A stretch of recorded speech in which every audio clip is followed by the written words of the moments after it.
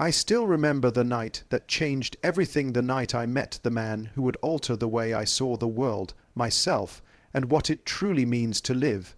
It was raining hard, the kind of rain that drowns out your thoughts and makes even the brightest city feel cold and unfamiliar.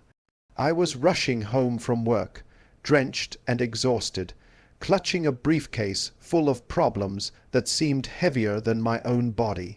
That's when I saw him sitting beneath a flickering streetlight, a soaked blanket wrapped around his shoulders, and a cardboard sign that read, "Still believe in tomorrow."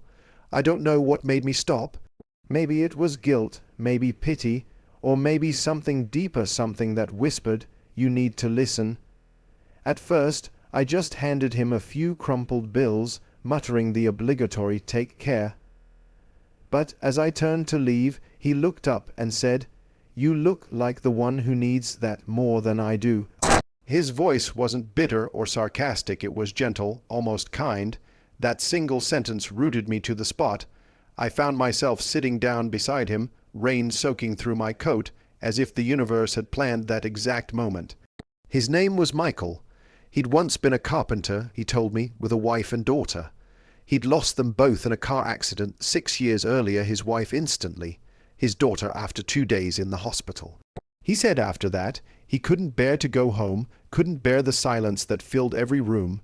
So he walked away from it all, the house, the job, the life, and drifted.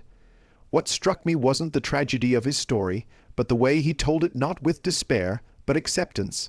"Sometimes," he said, staring at the glowing puddles in the street, "life takes everything so it can teach you to value anything." I didn't know it then, but that sentence would stay with me for years.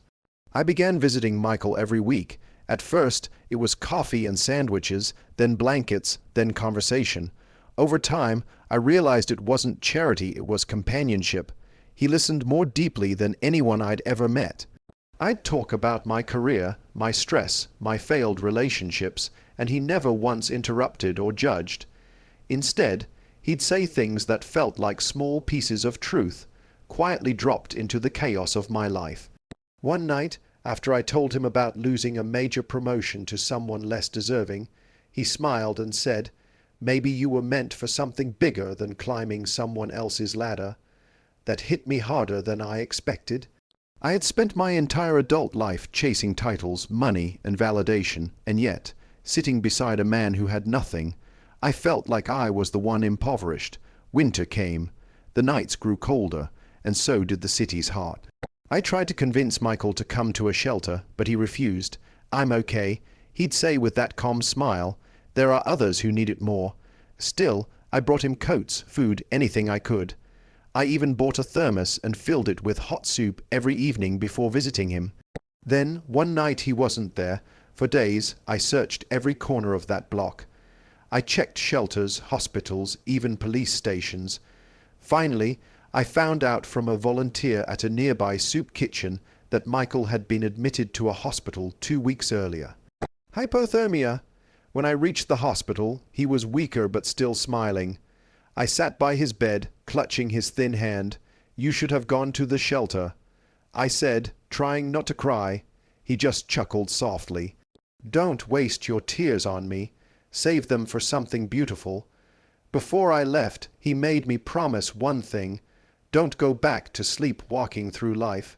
You're meant to build something real, not just make a living, but make a difference. 2 days later, he was gone. The world didn't pause, but I did. For weeks, I couldn't shake the weight in my chest, that strange mix of grief and awakening. Then I remembered his words, "Build something real," so I did. I left my corporate job and started a small non-profit that helps the homeless get back on their feet, offering training, housing support, and most importantly, dignity. It wasn't easy. I faced setbacks, funding problems, sleepless nights, and doubt. But every time I wanted to quit, I thought of Michael sitting under that flickering streetlight, whispering hope into a world that had forgotten him. Years later, we've helped hundreds find homes and rebuild their lives. But truthfully, Michael helped me find mine first. Sometimes I still walk by that old streetlight. It's been replaced now, brighter, steadier. I often imagine Michael sitting there, smiling at me, that same cardboard sign beside him. Only this time I can almost hear him say, "You finally believed in tomorrow, a message. We often think we're the ones helping others, but sometimes it's the ones with the least who give us the most." Kindness, connection, and purpose can come from the most unexpected places. Never underestimate the power of a single conversation, because it might just change your entire life.